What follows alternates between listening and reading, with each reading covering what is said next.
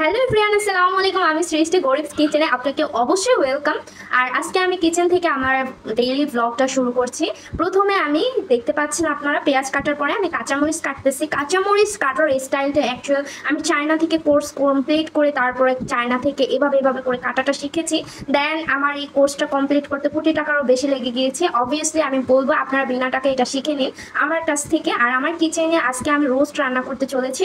And এই রোস্টের রেসিপিটা ফুললি চায়না থেকে শেখা। অ্যান্ড চায়না ভার্সেস কোরিয়ান দুইটা রেসিপি মিলিয়ে আমি একটা বাংলাদেশের রেসিপি রোস্টে ট্রাই করব। আর আজকে পুরো রোস্ট আপনি ঘরোয়া উপাদান দিয়ে বিয়েবাড়ির একদম ফুল বিয়েবাড়ির টেস্টে খেতে পারবেন, এতটুকু আমি গ্যারান্টি দিয়ে আপনাকে বলতে পারবো। আমার এই কিচেনে আসার একটা উদ্দেশ্য খাবার কিভাবে আরও বেশি নষ্ট করা যায় সে বিষয়ে খেয়াল রাখা। আসলে আমার খাবার নষ্ট করার প্রতি কোনো রকম ইচ্ছে না থাকা সত্ত্বেও কেন জানি আমার হাতে বারবার খাবার নষ্ট হয়ে যায়। প্রত্যেকটা রেসিপি কেন জানি এত বাজে বাজে খেতে হয় সেটা আমি নিজেও জানি না, কিন্তু আমি বলবো আপনি ট্রাই করলে আই থিঙ্ক আপনার হাতে এরকম কোনো নষ্ট হওয়ার সম্ভাবনা থাকবে না, কারণ আপনি তো আমার মতো চায়না থেকে কোর্স করেন নাই। অ্যাকচুয়াল বেশি টাকা দিয়ে কোনো কিছু কমপ্লিট করলে সেই বিষয়টা এরকমই হয়।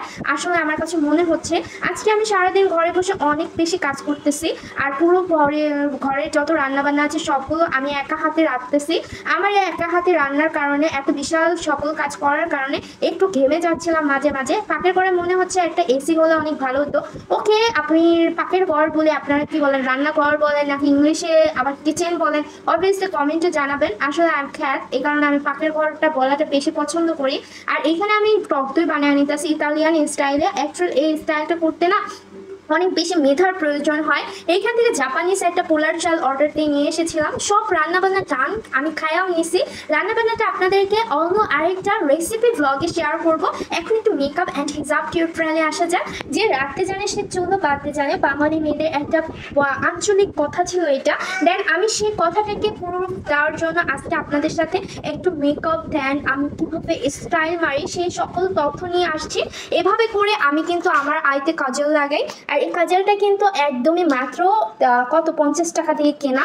এটা অ্যাকচুয়াল বাংলাদেশের প্রাইস হচ্ছে 50 টাকা। এটা যদি আপনি পাকিস্তানি প্রাইসে কাউন্ট করতে চান তাহলে কিন্তু আপনার 100 টাকা এটা কিনতে হবে, বুঝতে পারছেন? মানে আমি বড়লোকস কান্ট্রিতে থাকি তাই আমার কাছ থেকে একটু সব কিছুর দামটা কমই নেওয়া হয়। আর এইখানে কিন্তু চোখে কাজল দেওয়ার যে স্টাইলটা এই স্টাইলটা অবভিয়াসলি আপনারা ফলো করবেন।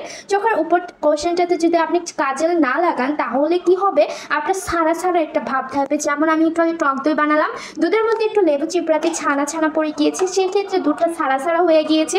এইভাবে করে আপনি চোখের মধ্যে মাস্কারা আর চোখের উপরে কোশ্চেনে কাজল না লাগাইলে আপনারটাও এরকম সারা সারাই মনে হবে।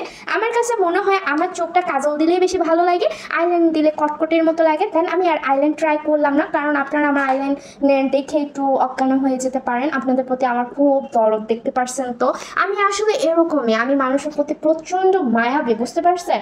যারে দেখে তার উপরে ক্রাশ খেয়া যায়, তবু মায়াটাকে কন্ট্রোল করে যে কোনো পৃথিবীর একজনকে নিয়ে বসবাস করছি। অ্যান্ড আমি ভাবছি আজকে হিজাবটা আপনাদেরকে একটু দেখাবো। বিষয় হচ্ছে আজকে আমি একটা নতুন জামা পরছি। নতুন জামা পরে অলওয়েজ আমার ইচ্ছা করে আমার ফ্রেন্ড সার্কেলতে ছবি তুলে পাঠাই। এখন ওই ফৈনি দলগুলোকে আমি আর পাত্তা দিই না। আর কারণ হচ্ছে আমার ফৈনি ফ্রেন্ডগুলোকে আমার কথা বলতে বা ওদের সাথে টাইম স্পেন্ড করতে আমার একদমই ভালো লাগে না। শুধুমাত্র তোমাদের সাথে টাইম স্পেন্ড করতে, কথা বলতে, তোমাদের সাথে ভিডিও আপলোড দিতে ভালো লাগে। তার কারণে আমার ফৈনি মার্কা সকল ফ্রেন্ড করে আমি ব্ল্যাক লিস্টে ফেলে তোমাদের কাছে দৌড়াইতে দৌড়াইতে চলে আসা পড়ছি। আর এই হিজাব স্টাইলটা তুমি যে কোনো দোপাট্টা অ্যান্ড জামা, 3 পিস বলো, গাউন বলো, যে কোনো কিছু দিয়ে করতে পারো। একদম ইজি আর সিম্পল একটা হিজাব টিউটোরিয়াল ছিল এটা। দেন এতেই বোঝা যায় যে রাঁধতে জানে সে চুলও বাঁধতে জানে। আচ্ছা, সে যদি চুল না বাঁধতে জানতো তাহলে তার মাথার চুলগুলো সে কী করতো? আচ্ছা, যে রাঁধতে জানে কথাটা যদি হইতো যে রাঁধতে জানে সে চুলও বাঁধতে জানে না, তাহলে কি তার চুলগুলো কী হইতো? সেইটা নিয়ে আমি খুবই কনফিউজড। কারণ এটা কেন একটা আঞ্চলিক কথা হইলো, এটা নিয়ে আমি খুবই কনফিউজড। আর এরকম আঞ্চলিক কথাগুলো আসলে আজগুবি লাগে। তারপরেও আমি বললাম আর কি, কারণ এটা আঞ্চলিক ট্র্যাডিশনাল কথা। অ্যান্ড বাঙালিয়ান ট্র্যাডিশনাল 3 পিস মার্কা ড্রেস পরে তোমাদের সাথে ফুল ভিডিওটা কমপ্লিট করলাম। কেমন লাগবে অবশ্যই কমেন্টে জানাবে। লাইক দিতে মন না চাইলে একটা লাইক, কমেন্ট, শেয়ার দিতে ভুলবে না। কিপটামি করবেন। আল্লাহ হাফিজ।